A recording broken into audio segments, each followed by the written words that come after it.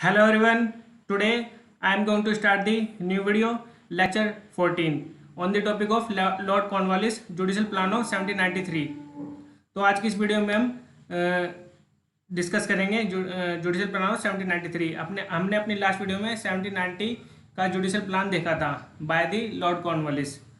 Okay, तो सबसे पहले हम इसमें पर्पस को देखेंगे, इसका पर्पस क्या था इसको जुडिशल प्लान को लाने का। ठीक है, to remove defects that were existing in the administration of civil justice due to over centralization of powers in a single authority of collector। मतलब कि इसका मेन पर्पस था कि जो डिफेक्ट्स आ रहे थे किसमें, सिविल जस्टिस में, जो एडमिनिस्ट्रेशन था सिविल जस्टिस का उसके अंदर कुछ डिफेक्ट्स है उसको रिमूव करना था।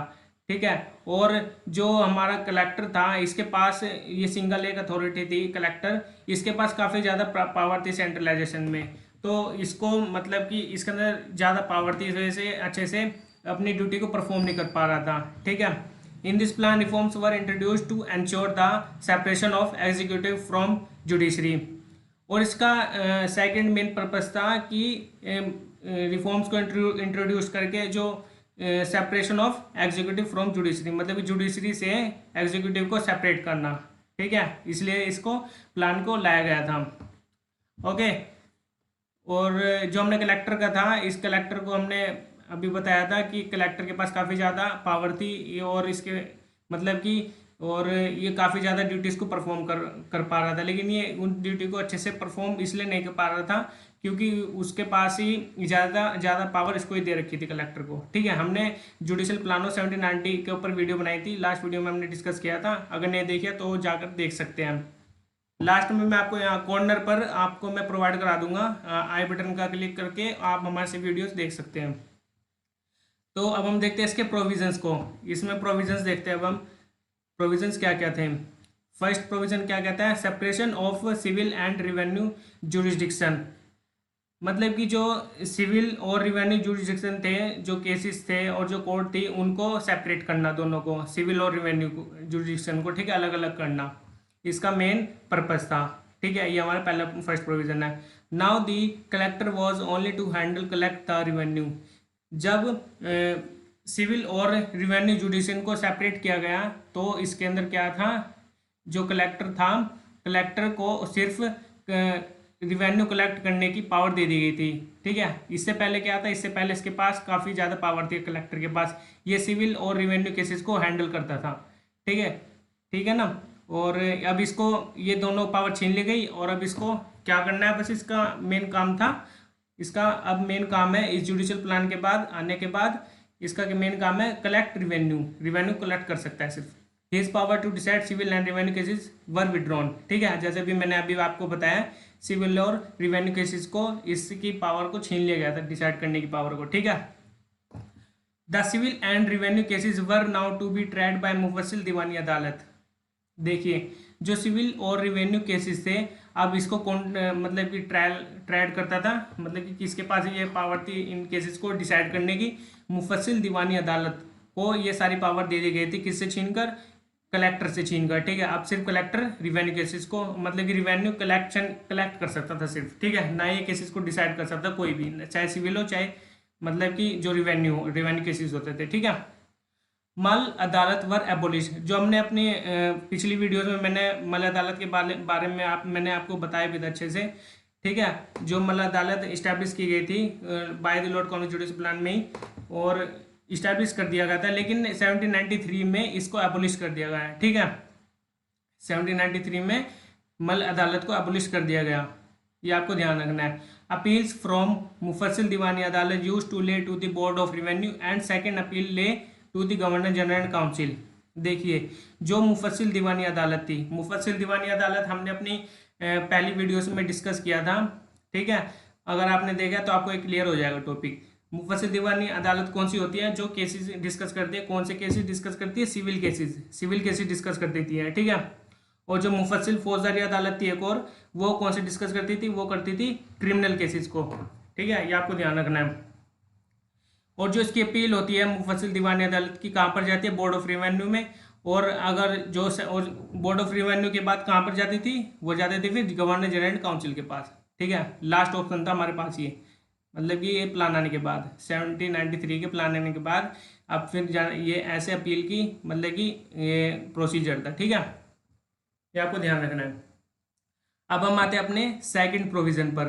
सेकंड प्रोविजन क्या कहता है? रीऑर्गेनाइजेशन ऑफ दीवानी अदालत। जो दीवानी अदालत थी उसके अंदर रीऑर्गेनाइजेशन किया गया था। ठीक है, अब हम देखते हैं इसमें क्या था। Mofussil Diwani Adalat was established in each district of Bengal, Bihar and Odisha. जो मुफस्सिल दीवानी अदालत थी उसको इस्टेब्लिश किया गया था कहाँ पर? जो डिस्ट्रिक्ट थे बंगाल, बिहार एंड ओडिशा में इसको इस्टेब्लिश किया गया था। ठीक है, इन 3 डिस्ट्रिक्ट में रीऑर्गेनाइज किया गया था ना, मतलब मुफस्सिल दीवानी अदालत में। ठीक है, और नेक्स्ट पॉइंट बताता है इसमें, a civil servants of company was appointed as जज इन प्लेस ऑफ कलेक्टर। जो सिविल सर्वेंट थे कंपनी के उनको एज अ जज अपॉइंट किया जाता था कलेक्टर के रूप में। ठीक है, जो सिविल सर्वेंट्स होते थे कंपनी के। ओके, जज was assisted by the Hindu and Muslim native law officers. जो जज होते थे मतलब कि जो इंग्लिश जज होते थे ना, तो उनको असिस्ट कौन करते थे? उनकी मतलब कि हेल्प करते थे केसेस को डिसाइड करने में। कौन? Hindu and Muslim native law officers. ये नेटिव लॉ ऑफिसर्स होते थे जो हिंदू और मुस्लिम नेटिव लॉ ऑफिस कहा जाता था इनको। ठीक है, क्योंकि अपने नेटिव के जो विलेज होते थे उनके बारे में अच्छे से जानकारी रखते थे, इस वजह से इनको अपॉइंट किया जाता था। ठीक है, the Adalat was to decide civil and revenue cases. जो मुफस्सिल दीवानी अदालत थी अभी हमने ऊपर डिस्कस किया था, इसके पास रिवेन्यू और सिविल केसेस अब ये डिसाइड कर सकते थे, क्योंकि ये जो कलेक्टर था हमारा उससे पावर छीन कर इसको दे दी गई थी। ठीक है, तो अब हम आते हैं अपील्स पर। मतलब इसी में ही आता है, ये सेकंड प्रोविजन में ही है। Okay, in revenue cases appeals Mofussil Diwani Adalat to board of revenue and if exceed the value of cases so that appeal in governor and council. देखिए, जो रिवेन्यू केसेस की बात हो रही है पहले पॉइंट में, तो रिवेन्यू केसेस की अपील कहाँ पर जाती थी? मुफस्सिल दीवानी अदालत से। कहाँ पर? बोर्ड ऑफ रिवेन्यू में। और अगर इसकी वैल्यू एक्सीड कर जाती थी तो फिर लास्ट ऑप्शन था हमारा गवर्नर जनरल एंड काउंसिल। जो बड़े कॉम्प्लिकेटेड केस होते थे तो वो लास्ट में हमारा जो अपील थी वो कहाँ पर जाती थी? गवर्नर जनरल एंड काउंसिल के पास। और सेकंड पॉइंट है हमारा, in civil cases appeals Mofussil Diwani Adalat to provincial court of appeal. ये भी हमने ऊपर वाला डिस्कस किया है रिवेन्यू केसेस, और ये सेकंड पॉइंट है हमारा सिविल केसेस से रिलेटेड। इसकी अपील मुफस्सिल दीवानी अदालत से प्रोविंशियल कोर्ट ऑफ अपील में जाती थी। ठीक है, प्रोविंशियल कोर्ट हमने अपनी पिछली वीडियो में डिस्कस किया हुआ है। ठीक है, और थर्ड पॉइंट बताता है इसमें, Mofussil Diwani Adalat had no power to give jurisdiction in criminal matters. जो मुफस्सिल दीवानी अदालत थी, मैंने अभी इससे थोड़ी देर पहले मैंने आपको बताया भी था, मुफस्सिल दीवानी अदालत सिर्फ और सिर्फ सिविल केसेस को देखती थी, यह क्रिमिनल केसेस नहीं देखती थी। क्रिमिनल केसेस कौन देखता था? मुफस्सिल फौजदारी अदालत थी हमारी। ठीक है, वो देखती थी। जो दीवानी अदालत होती है वो सिविल केसेस को देखती है। ठीक है, इसके पास कोई पावर नहीं थी क्रिमिनल केसेस से रिलेटेड। अब हमारा आता है थर्ड प्रोविजन। ठीक है, अपील्स फ्रॉम दीवानी अदालत। इसमें भी हमने अपील के बारे में जाना, अब हम इसमें थोड़ा डीपली में जानेंगे अपील फ्रॉम दीवानी अदालत का। ठीक है, इसका क्या प्रोविजन है? In civil cases appeals Mofussil Diwani Adalat to provincial court of appeal.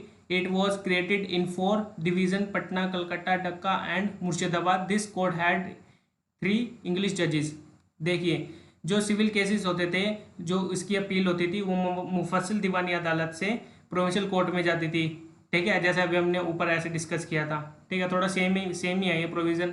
Okay, और इसकी प्रोविंशियल कोर्ट में अपील जाती थी सिविल केसेस से। ठीक है, और जो प्रोविंशियल कोर्ट थी वो कहाँ पर इस्टेब्लिश की गई थी? जो डिवीज़न थे हमारे पटना, कलकत्ता, ढाका एंड मुर्शिदाबाद, इनमें इस्टेब्लिश की गई थी।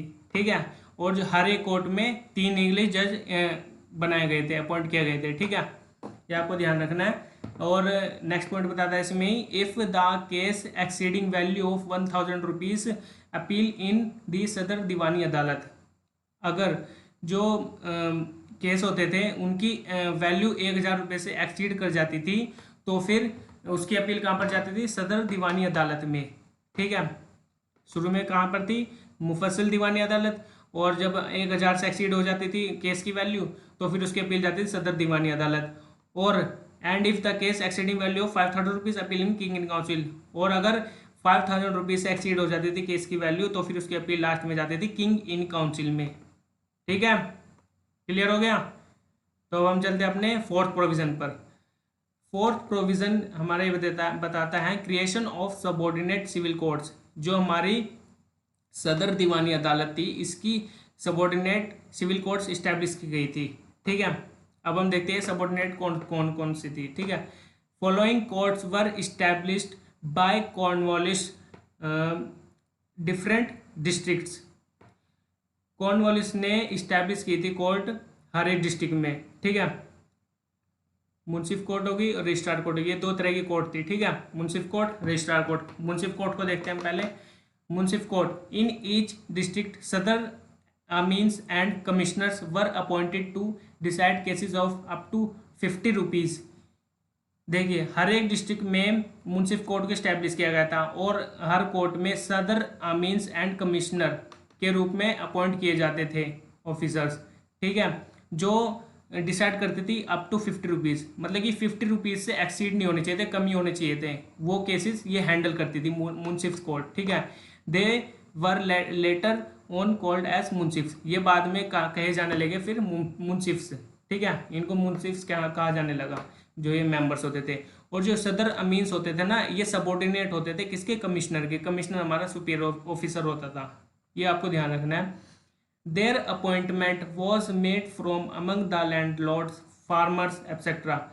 जो इनके अपॉइंटमेंट होती थी सदर अमीन्स एंड कमिश्नर्स की, इनका अपॉइंटमेंट जो लैंडलॉर्ड होते थे और जो फार्मर्स होते थे, उन्हीं के बीच में से इनको अपॉइंट किया जाता था। और यहाँ तक कि Indians could be appointed as munsifs. जो मुंसिफ होते थे उनको इंडियंस को भी अपॉइंट किया जाता था। ठीक है, उनमें ये आपको ध्यान रखना है, इंडियंस को भी अपॉइंट किया जाता था मुंसिफ्स के रूप में। दे were appointed bye Mofussil Diwani अदालत। जो ये अपॉइंट किए जाते थे सदर अमीन्स एंड कमिश्नर्स, ये अपॉइंट किए जाते थे बाय दी मुफस्सिल दीवानी अदालत। ओके, तो ये हमारा हो गया मुंसिफ कोर्ट। अब हमारा है registrar courts. Registrar courts, this court was established in district to decide cases up to 200 rupees. ये जो हर एक डिस्ट्रिक्ट में इसको इस्टेब्लिश किया गया था रजिस्ट्रार कोर्ट को। ठीक है, और ये डिसाइड करती थी अप टू 200 रुपीज़, 200 रुपये तक की ये सिर्फ केसेस को डिसाइड करती थी, इससे ऊपर नहीं। ठीक है, it had two functions under Mofussil Diwani अदालत। जो ये अपना वर्क करती थी, ये किसके अंडर में करती थी? मुफस्सिल दीवानी अदालत के अंडर में ये वर्क करती थी। ये सबऑर्डिनेट थी। ठीक है, रजिस्ट्रार कोर्ट किसके सबऑर्डिनेट थी? मुफस्सिल दीवानी अदालत के। Only an English servants of company could be appointed as registrar. इसमें सिर्फ इंग्लिश सर्वेंट को, जो इंग्लिश सर्वेंट होते थे कंपनी के, उन्हीं को ही अपॉइंट किया जाता था। ठीक है, रजिस्ट्रार कोर्ट में सिर्फ इंग्लिश सर्वेंट ऑफ कंपनी के मेंबर्स को ही अपॉइंट किया जाता था। और जो हमने ऊपर देखा है मुंसिफ्स को, मुंसिफ्स में हमारे इंडियंस भी अपॉइंट किए जाते थे। ठीक है, मुंसिफ्स के रूप में। ये आपको अच्छे से क्लियर हो जाना चाहिए टॉपिक। और अब हमारा आता है fifth point, abolition of court fee. जो हमारा फिफ्थ प्रोविज़न है, इसमें जो जुडिशल प्लान 1793 आया था, इसके बाद कॉर्नवालिस ने जो कोर्ट फीस थी उसको एबोलिश कर दिया गया था। ठीक है, जो कोर्ट फी ली जाती थी, कोर्ट में फीस ली जाती है ना, आपने मतलब कि जनरली देखा भी होगा आपने, कोर्ट में फीस जाती है, किसी न किसी चीज़ की फीस ले लेते हैं, तो वो एबोलिश कर दी गई थी 1793 के जुडिशल प्लान के बाद। क्लियर। तो अब हमारा आता है sixth provision, administration of criminal justice. जो हमने ऊपर जितने भी अभी तक प्रोविजन देखे हैं वो सभी सिविल जस्टिस से रिलेटेड थे। ठीक है, और अब हमारा आता है क्रिमिनल जस्टिस से रिलेटेड, क्रिमिनल केसेस होते हैं जो कि। ठीक है, in this the magisterial power of collector were transfer to जज ऑफ मुफस्सिल दीवानी अदालत। जो मजिस्ट्रियल पावर थी कलेक्टर की, वो मतलब वो भी छीन ली गई थी। ठीक है, उसके पास ज़्यादा पावर थी, इस वजह से उससे कलेक्टर से मजिस्ट्रियल पावर छीन कर उसको ट्रांसफ़र कर दी गई थी। किसको? जो मुफस्सिल दीवानी अदालत के जज थे उनको ट्रांसफ़र कर दी गई थी। Clear. The court decided petty criminal cases. जो ये केसेस हैंडल करती थी मुफस्सिल दीवानी अदालत, जो इसको ट्रांसफ़र कर दी गई थी, जो कलेक्टर से मजिस्ट्रियल पावर छीन ली गई थी, ये सिर्फ क्रिमिनल केसेस को देखती थी, जो पैटी केसेस होते थे। पैटी मतलब कि छोटे केसेस होते हैं, criminal cases. In this plan the court of circuit and court of appeal were merged into a single court is called the court of appeal and circuit. इस plan में जो court of circuit, court of appeal हमने अपनी last videos में discuss भी किया था। ठीक है, वो आपको क्लियर हो गया होगा, तो ये आपको ये भी क्लियर हो जाएगा कोर्ट ऑफ सर्किट और कोर्ट ऑफ अपील कौन सी होती है। और इस प्लान में जो court of circuit, court of appeal है, उनको मर्ज कर दिया गया था, उनको एक कर दिया गया था, सिंगल कोर्ट बना दी गई थी जिसको कहा जाता था court of appeal and circuit. इसको कहा जाने लगा court of appeal and circuit. It was established in Calcutta, Patna, Dacca and Murshidabad. जो फोर्थ डिवीजन थी हमारी, इसमें स्टैब्लिश कर दिया गया था। कहाँ कहाँ पर? Calcutta, Patna, Dacca and Murshidabad. Okay. It consisted of 3 English जजेज। इसमें कौन कौन मेंबर होते थे? इसमें होते थे 3 इंग्लिश जजेस होते थे। ठीक है। They were to give criminal जुडिक्शन, जो जिनके पास क्रिमिनल जुडिक्शन थी। ठीक है, एक क्रिमिनल केसेस को डिसाइड कर सकते थे। ओके, तो हमारे 6th प्रोविजन भी कंप्लीट हो गया। अब हम आते हैं 7th प्रोविजन पर, नेटिव लॉ ऑफिसर्स। जो नेटिव लॉ ऑफिसर्स होते हैं, ठीक है, इनके बारे में डिस्कस करते हैं, देखते हैं। This plan provided the appointment of native law officers such as pandits, qazis and muftis. ठीक है, ये अपॉइंट किए जाते थे। ये नेटिव लॉ ऑफिसर्स होते थे जो असिस्ट करते थे किनको? जजेस को असिस्ट करते थे, जो कि पंडित, काजी, मुफ्तीज। ठीक है, इन सदर दीवानी अदालत, सदर निजामत अदालत, मुंसिफ दीवानी अदालत and provincial court of appeal and circuit, इनमें ये अपॉइंट किए जाते थे। जो अभी हमने आप कोर्ट देखी है, कौन कौन सी कोर्ट देखी है? सदर दीवानी अदालत, सदर निजामत अदालत, मुफस्सिल दीवानी अदालत and provincial court of appeal and circuit, इनमें ये अपॉइंट किए जाते थे जो असिस्ट करते थे जजेस को। ठीक है, इनको नेटिव लॉ ऑफिसर्स कहा जाता था। They were appointed by governor general council for a definite fixed period. ये इनको अपॉइंट कौन करता था? जो नेटिव लॉ ऑफिसर्स होते हैं, इनको अपॉइंट करता था governor general council for a definite fixed period. इनको फिक्स्ड पीरियड के रूप में अपॉइंट किया जाता था। ठीक है, क्लियर? ये हमारा 7th प्रोविजन हो गया। अब हम आते हैं 8th प्रोविजन पर, जो कि रिलेटेड है लीगल प्रोफेशन से रिलेटेड। अब हम देखते हैं इसमें लीगल प्रोफेशन क्या डिस्कस करते हैं इसमें। Prior to judicial plan of 1793, जो जुडिशियल प्लान है 1793 से पहले, the litigants used to by of layman. जो लिटिगेंट्स होते थे उनको एक लेमैन के रूप में जाना जाता था। ठीक है, जो आम आदमी होते हैं, who were having no knowledge of law. इनको कोई नॉलेज नहीं थी लॉ के बारे में, लेकिन इनको लिटिगेंट्स के रूप में जाना जाता था। ठीक है, लेकिन ये लेमैन होते हैं एक किस्म से, आम आदमी। ठीक है, but Lord Cornwallis introduce legal profession. लेकिन लॉर्ड कॉर्नवालिस ने अपना जुडिशियल प्लान इस्टेब्लिश किया 1793, और इसमें इस्टेब्लिश करने के बाद इन्होंने इसको एक लीगल प्रोफेशन बना दिया। ठीक है, now the person who wants to join legal profession as was required to obtain a license from Sadar Diwani Adalat after fulfilling certain qualifications. जो लिटिगेंट्स होते थे, ठीक है, जो लेमैन कहा जाता था उनको, अब उनको अगर कोई लीगल प्रोफेशन में उनको ज्वाइन होना था तो उनको सबसे पहले लाइसेंस लेना होता था। ठीक है, इस जुडिशियल प्लान आने के बाद 1793 के बाद, ठीक है, अब उनको एक लाइसेंस लेना मतलब जरूरी हो गया था। ठीक है, और उसको लाइसेंस कहाँ से लेना होता था? सदर दीवानी अदालत से। आफ्टर फुलफिलिंग दी सर्टेन क्वालिफिकेशन, उसको अपनी क्वालिफिकेशन को फुलफिल करनी होती थी पहले। ठीक है, तब जाकर उनको लाइसेंस मिलता था। जिस तरह से अब एडवोकेट्स को लाइसेंस मिलता है, जिस तरह आप इन प्रेजेंट देख सकते हो आप। Okay, legal practitioners were called vakils. और जो लीगल प्रैक्टिशनर्स होते थे उनको कहा जाने लगा वकील्स। ठीक है, जो लीगल प्रैक्टिस करते थे और जो केसेस लड़ते थे उनको वकील्स ही कहा जाता था। आज भी वकील्स ही कहा जाता है, advocates. Okay, they could be dismissed by Sadar Diwani अदालत फॉर प्रोफेशनल मिसकंडक्ट। लेकिन जो सदर दीवानी अदालत थी, जो प्रोफेशनल में जो लीगल प्रोफेशनल थे, उनको वो डिसमिस भी कर सकती थी उनके मिसकंडक्ट पर। जैसे कि कोई करप्ट कर रहा है, कोई ब्राइबरी कर रहा है, ठीक है, इसके अंडर में वो उनको डिसमिस कर सकती थी सदर दीवानी अदालत। क्लियर? दस Lord Cornwallis marked a beginning of legal profession in India. तो इसी बाय द लॉर्ड कॉर्नवालिस ये शुरुआत हुई थी हमारे लीगल प्रोफेशन की इंडिया में। ठीक है, क्लियर?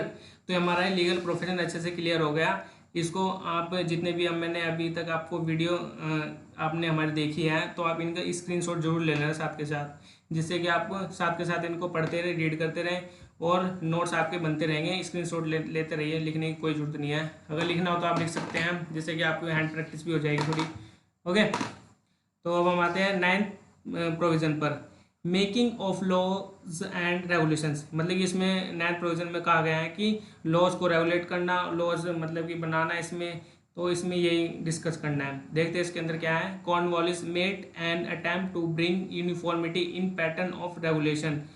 कॉर्नवालिस ने जो पैटर्न था इसका यूनिफॉर्मिटी आ गई थी, मतलब कि रेगुलेट करने के बाद, ठीक है, मतलब कि इन्होंने जो लॉज थे रेगुलेशन से इसमें कुछ चेंजेस किए थे, ठीक है। उनको देखते हैं हम क्या है। He provided that every regulation should contain preamble stating the reasons and objects for its enactment. Lord Cornwallis ने जुडिशल प्लान 1793 के बाद इन्होंने कुछ चेंजेस किए रेगुलेशन में। अगर कोई भी रेगुलेशन करना होता था लॉज में, ठीक है, या फिर कोई लॉज इनेक्ट करना होता था, तो सबसे पहले उसको इसके अंदर प्रियम्बल जरूर मतलब कि लाना होता था। जैसे कि हमने कॉन्स्टिट्यूशन में देखा है प्रियम्बल, और हर एक एक्ट में आपने प्रियम्बल पढ़ा होगा, ठीक है। उसमें शुरू में प्रियम्बल होता था जो बताता था कि इसके अंदर मतलब कि उसका एक डिस्क्रिप्शन बताता था एक्ट का, ठीक है, और उसके अंदर आपको उसी जो रेगुलेट करते हैं उसके अंदर आपको रीजन और ऑब्जेक्ट जरूर देना होता था इनएक्टमेंट के लिए, ठीक है। तो ये हम इसमें ये चेंजेस किए गए थे रेगुलेशन में।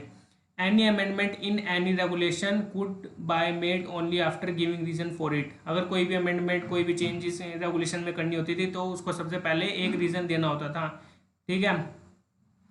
Each regulation was to be divided into sections and sub sections wherever necessary. आपने हर एक एक्ट में और कॉन्स्टिट्यूशन में भी आपने देखा होगा मतलब कि सेक्शन और सब सेक्शन में ये डिवाइड किए जाते हैं ताकि आपको कोई प्रॉब्लम अराइज ना करनी पड़े, ठीक है। वो नंबर वाइज उसमें दिए होते हैं सेक्शंस और सब सेक्शंस, ठीक है, उनको डिवाइड किया जाए। तो ये यहीं से आया था। Each regulation was to be divided into sections and sub sections where are necessary, जो जरूरी हो गए थे इसके बाद जुडिशल प्लान और 1793 के बाद, ठीक है। The system ensured uniformity in administration of justice. जो यूनिफॉर्मिटी मतलब कि इस सिस्टम को लाने के बाद इसमें यूनिफॉर्मिटी आ गई थी एडमिनिस्ट्रेशन ऑफ जस्टिस में, ठीक है, क्लियर।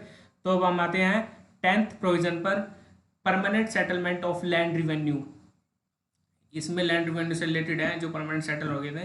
देखते हैं इसमें क्या है। Under this zamindars were made owners of land and they were required to pay 9/10 of revenue collection of government. जो जमींदार को ओनर बना दिया गया था, ठीक है, परमानेंटली। अब वो ओनर थे लेकिन उनको 9/10 रिवेन्यू देना होता था किसको, गवर्नमेंट को। वो जरूरी हो गया था, ठीक है, उनको 9/10 रिवेन्यू देना जरूरी था गवर्नमेंट को, और वो ओनर बन चुके थे permanently. This led to certainty in zamindar position in relation to their zamindar right. जो सर्टेनिटी थी जमींदार पोजीशन में, उनमें काफ़ी ज़्यादा उनको पता लग गया कि हाँ हमारे राइट्स हैं, जमींदार के राइट्स बना दिए गए थे, ठीक है। इस वजह से उनकी पोजीशन में काफ़ी चेंजेस आ गए थे और सर्टेनिटी भी, ठीक है। अब हमारा आता है 11th प्रोविज़न, ये हमारा लास्ट ही है, लास्ट प्रोविज़न हमारे reforms in the police system. जो पुलिस सिस्टम था उसमें रिफॉर्म्स लाए गए थे, ठीक है। वो रिफॉर्म्स क्या आते देखते हैं इसमें। Now each district was divided into police jurisdiction of 20 mile each. मतलब कि जो डिस्ट्रिक्ट थी, डिस्ट्रिक्ट में जो पुलिस होती थी उनके जुरिसडिक्शन को 20 मील्स तक कर दिया गया था, ठीक है। वो 20 मील्स तक कहीं पर भी अपनी कोई भी इन्वेस्टिगेशन इंक्वायरी कंडक्ट कर सकती थी, ठीक है। दरोगाज वर अपॉइंटेड बाय मजिस्ट्रेट। जो दरोगा होते थे उनको मजिस्ट्रेट द्वारा अपॉइंट किया जाता था, ठीक है। इसके जुडिशल प्लान 1793 के बाद दरोगा को अपॉइंट किया जाता था by the magistrate. Darogas was to work under the kotwal. जो दरोगा थी वो कोतवाल होती है, वो उसी के अंडर में वर्क करता था, ठीक है, दरोगा। बोथ पुलिस ऑफिशियल्स, दरोगाज एंड कोतवाल, ये पुलिस ऑफिशियल्स होते थे, ऑफिशियल्स दरोगाज एंड कोतवाल। उनका वर्क क्या होता था, were to apprehend the criminals and prevent the incidents of crime. इनका वर्क क्या होता था, इनका वर्क होता था जो क्रिमिनल्स होते हैं उनको पकड़ना और जो क्राइम कमिट करते हैं उनको रोकना, इनका ये वर्क होता था। They were also responsible to maintain place in cities. इनकी रिस्पॉन्सिबिलिटी क्या थी, इनकी रिस्पॉन्सिबिलिटी थी जो सिटीज़ है, सिटीज़ में अपने उनको मेंटेन रखना लॉ एंड ऑर्डर को, और उनको अच्छे से वर्क करना, ठीक है, जस्टिस पीस प्रोवाइड कराना अपनी सिटीज़ में, ठीक है। तो ये आज का हमारे लेक्चर यहीं पर कंक्लूड होता है।